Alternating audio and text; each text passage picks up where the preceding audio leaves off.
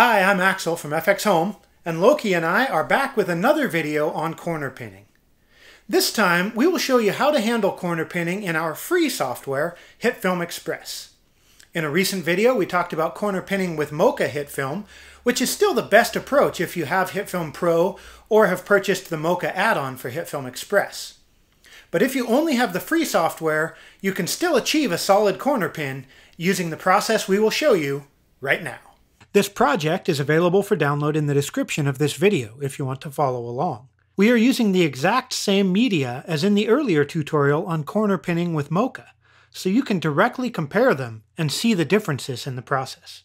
Our composite shot contains the video file, and our basic process will be to track each of the four corners, apply the tracking data to point layers, add some corrections to ensure accuracy, and use the quad warp effect to corner pin our sign into the shot.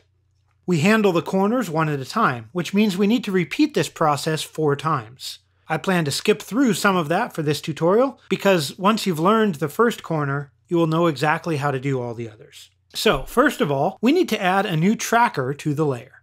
Rename it to top left. Since we will have several trackers on this layer when we are done, naming them is pretty important for organization. Now, to position the tracker. The sign is quite a bit larger at the end of the clip, so let's start at the end, where we have the most detail, and work backward from there. The tracker in HitFilm is going to try find the contents of this red box, the tracking feature, on each frame. So we want to position and resize the red box over the corner. This is a little bit tricky because the area outside the sign is changing as the camera moves. So we can't center the tracking feature on the actual corner of the sign. We need to position it so almost the entire feature is on the sign. Also, the corners in this shot are rather small, so there's not a lot of detail available. Tracking works best with high contrast patterns, so we want to resize the feature so the nondescript areas are minimized, which leaves us with very small tracking features. But there are advantages to learning with less than ideal footage because it helps you know how to deal with challenging situations when they come up. Let's position our tracking point, this center mark, on the corner rivet.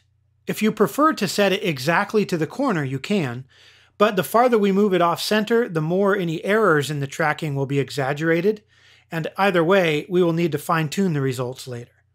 The green box is the search area. HitFilm will look through that entire area to find a match for the tracking feature. It needs to be big enough to cover the movement from one frame to the next, but the bigger it is, the slower tracking will go, so you want to find a good balance there. Once that is set, let's make tracks. Backwards. If all goes well, it should track all the way through the shot. If it stops midway through, check to make sure the red tracking feature doesn't contain too much of the background outside the sign, and try again. Once it's done, check the accuracy to see if the tracking point is still on the rivet. Based on the tests I did with this shot, most likely it will have drifted a bit, but as long as it's still close, it will be okay. We'll adjust it for accuracy later. If it has drifted off the sign, then we will want to adjust the setup and retrack.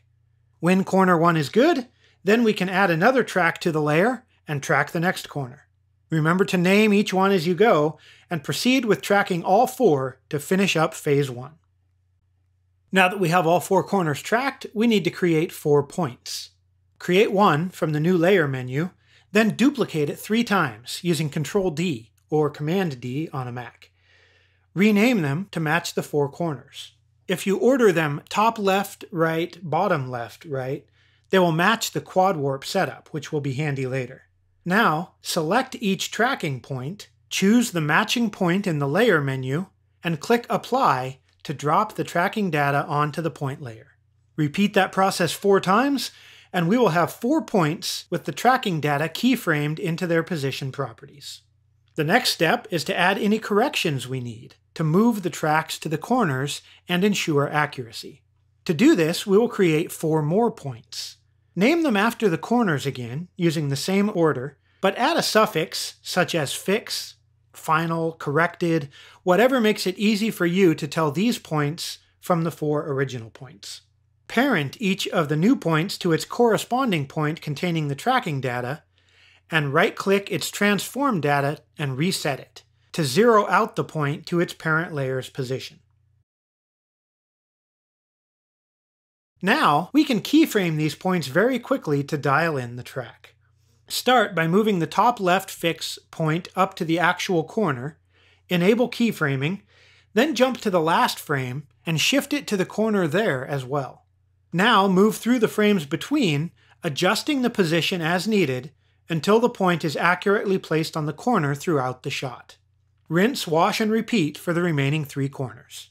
Since the tracking handles the bulk of the movement for us, we need very few keyframes to perfect our accuracy. Once our adjustment points are right in place, we are ready for our corner pin. Add the FXhome sign image to the timeline, then find the quad warp effect and add it to our sign layer. In the controls for the quad warp, set each corner to its respective adjusted point, and the image falls nicely into place. To blend the image into the screen better, let's replicate the glare of the sunlight as the camera angle changes, using a fill color effect. Add fill color to the sign image and set its blend amount to 0. Disable the sign layer and find where the glare starts on the original video at around 220. Turn the sign back on, enable keyframing, then advance to the last frame and increase blend amount to around 20%.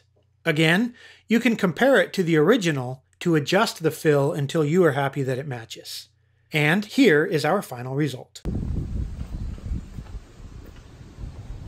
With a bit of effort, you can get outstanding results for free using HitFilm Express. But if you watch our tutorial on corner pinning with Mocha HitFilm, which is linked here, you will find it makes the process easier and faster.